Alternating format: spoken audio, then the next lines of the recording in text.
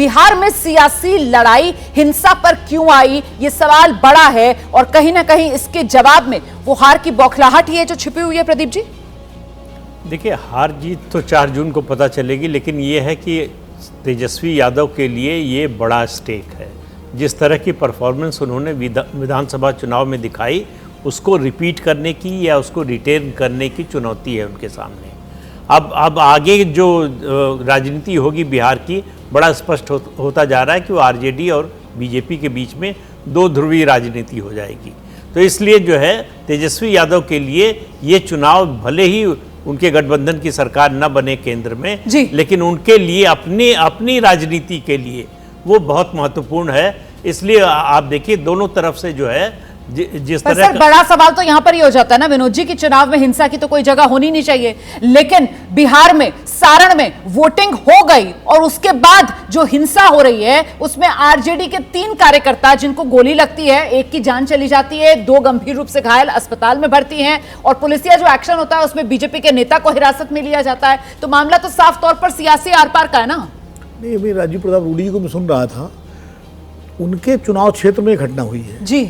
3 लोग अस्पताल में भर्ती हैं, एक की मौत हुई है, लेकिन उनके चेहरे पर शिकन नहीं दिखाई पड़ी हमें। आमतौर पर जो एक संवेदनशील नेता का ये होता है, उसको निंदा करनी चाहिए घटना की कि दुर्भाग्यपूर्ण है, पुलिस जांच करेगी। वो तो कह रहे जनता जवाब दे रही है, वो इसको जनता का जवाब मान रहे हैं। हाँ। तो इससे साबित हो जाता है कि जिस तरह से उनका चेहरा, उसमें हल्की सी मुस्कुराहट, लगता ऐसा लग रहा था कि जो है बड़ा, क्योंकि वहाँ चुनाव बड़ा कांटे का है, छपरा में, सारण में, और लालू प्रसाद यादव की बेटी रोहिणी आचार्य वहाँ लड़ रही चुनाव, और रोहिणी आचार्य ने अपनी किडनी दान दी अपने पिता को। इसका एक उनको अतिरिक्त चुनावी लाभ भी मिल रहा है, सहानुभूति फैक्टर का। और ये चुनाव उनके लिए, राजीव प्रताप रूडी के लिए बड़ा टफ है। मतलब मैं नहीं कह रहा हूँ कि चुनाव को हारी जाएंगे या कोई जीत जाएंगे, ये तो 4 जून को पता लगेगा, लेकिन ये चुनौतीपूर्ण चुनाव है। जैसे पिछला चुनाव आसानी से जीत गए थे वो, हालांकि वो एक बार लालू राबड़ी देवी के खिलाफ भी लड़ चुके हैं चुनाव, जीत चुके हैं। तो ऐसा नहीं है कि रूडी वहाँ कमजोर नहीं है, और इस बार लालू की बेटी के साथ उनका ये मुकाबला है। लेकिन सवाल विजय जी यहाँ पर ये बड़ा हो जाता है कि साहब, सारण किस तरीके से हिंसा में सुलझा ये तो हमने देख लिया। बिहार में 7 चरण में वोटिंग होनी है, अभी बाकी 2 चरण की वोटिंग बाकी है, उस पर इसका क्या असर हो सकता है? अभी ये आशंका तो नहीं जाहिर करनी चाहिए, लेकिन बिहार का चुनाव बहुत महत्वपूर्ण चुनाव है इस दृष्टि से कि ये तेजस्वी यादव के चुनाव के तौर पे मैं देखता हूँ उसे, कि उनकी जो पॉलिटिकल पावर जो बनी है पिछले विधानसभा चुनाव में, क्या वो उसको रिटेन कर सकते हैं, सस्टेन कर सकते हैं या उससे आगे बढ़ सकते हैं। ये चुनौती उनके लिए, और भारतीय जनता पार्टी के लिए ज़्यादा टेंशन ये हो रहा है कि नीतीश कुमार जी को साथ लाने के बाद भी वो सीटों को रिटेन नहीं कर पा रहे या सस्टेन नहीं कर पा रहे, कि 40 में से 39 सीटें वो रोक सकते कि नहीं रोक। तो ये बहुत टफ हो गई है फाइट, और सारण में तो दोनों के बीच में कंटेस्ट बहुत ज़्यादा है। और आप सोचिए कि जो 2 बार से सिटिंग MP है, उनके लिए रोहिणी आचार्य, ये कहना कि वो वहाँ पर रहते ही नहीं हैं, एक नए तरीके का चुनाव।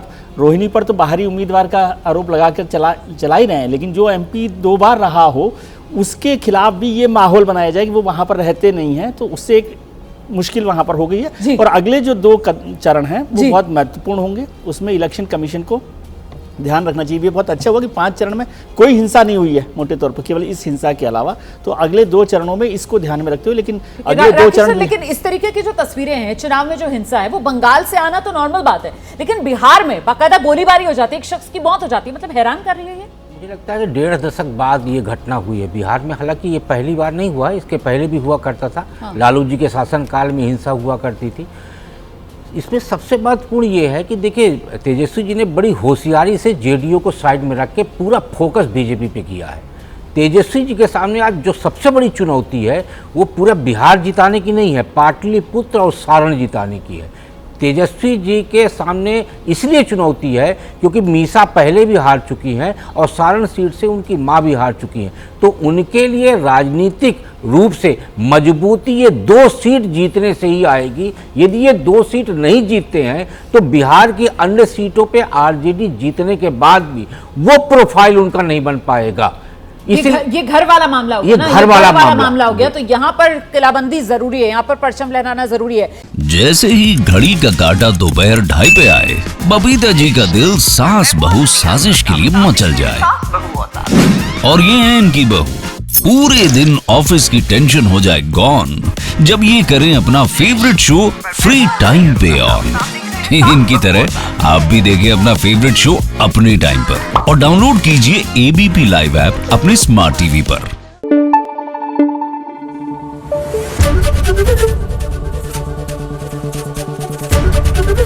एबीपी न्यूज आपको रखे आगे।